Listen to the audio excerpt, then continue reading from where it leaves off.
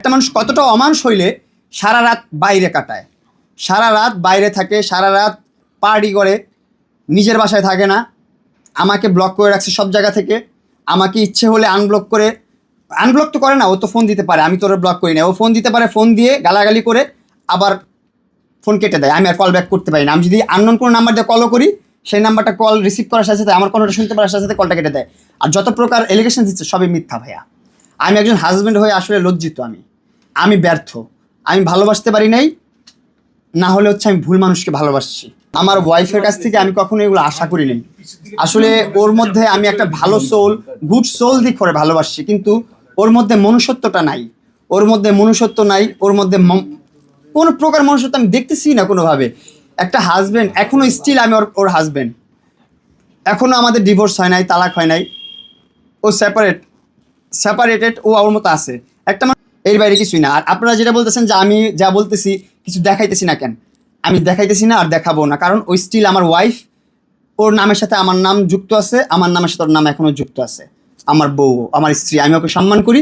আমি এখন ওরা বলতেছি, আমার মেসেজ একটাই, মোহনা সব বাদ দাও, এই কাদা ছড়াছড়ি বাদ দাও, এই শত্রুদের সাথে হাত মিলায়া ওদেরকে প্লাস পয়েন্ট না দিয়ে, ওদেরকে মানে কি বলে, ওদের সফলতার একদম উচ্চ পর্যায়ে কিন্তু ওরা চলে গেছে অলরেডি, ওদের ঈদ মুবারক। এই দেখেন লালা, এই বেটি নিয়ে কি বলবো, আমার বলার কোনো ভাষা নেই, আমার মুখে কোনো ভাষাই নেই আমি মহিলাকে নিয়ে কিছু বলার।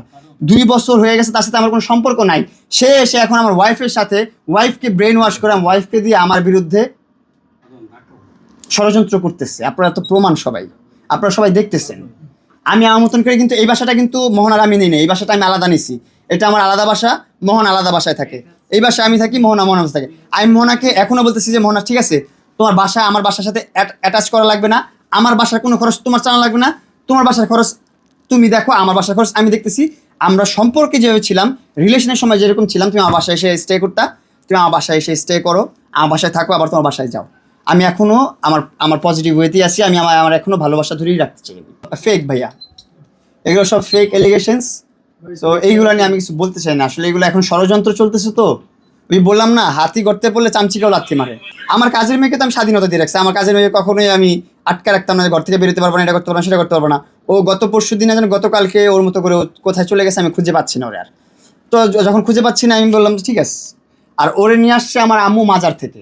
হ্যাঁ, আমার আম্মু রাগ করে মাজারে গেছে, মাজারে যাওয়ার পর দেখতেছে মেয়েটা কান্নাড়ি করতেছে, পরে আমার মাকে মা ডাকছে। আমার মা তো সরল মানুষ, যখন আমার মা ডাকছে তখন আমার মা কী করছে, মায়া কান্না দেখে মায়ায় পড়ে মেয়েটাকে নিয়ে আসছে বাসায় এনে রাখছে।